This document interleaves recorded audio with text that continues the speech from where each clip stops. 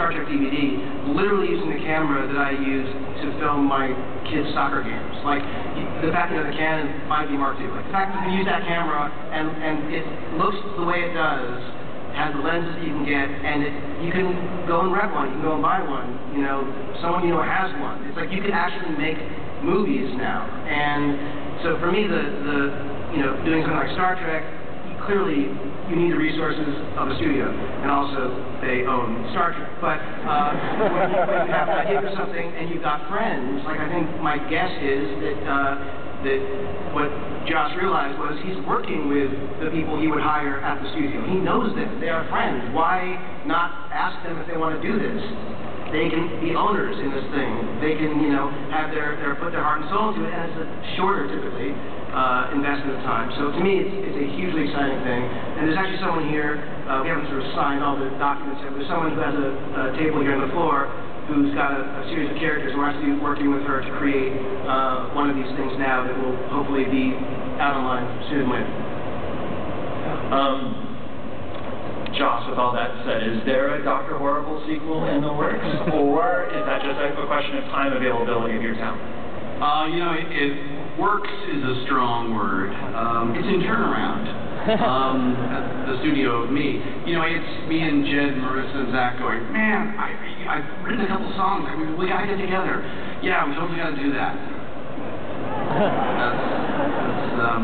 It's going really well. You know, if we had the time, we really do feel that we know what the movie is, and we really want to do it, and we want to do it on our terms, but our terms seem to be interminable. You guys have your own production companies, and we know their names very well: Bad Robot, Mutant Enemy. And then we should fight. Who would win? Or kids.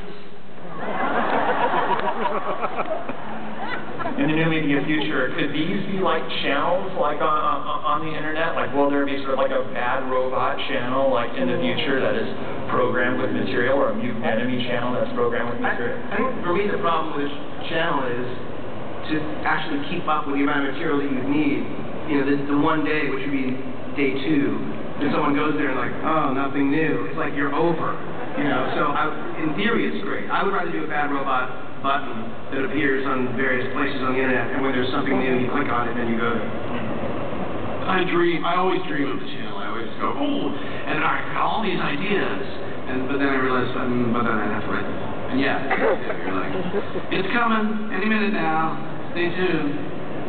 You have to basically build your entire product like long before you shoot anything. And so yeah, but I think the idea of a channel, I mean, you just devolved it into a button. It's changing.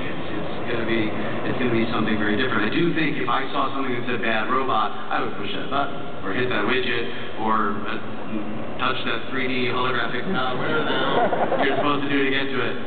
I would kiss that robot. In about 10 minutes, a little less, we're going to open it up to questions. So where's the microphone? And like, just start lining up.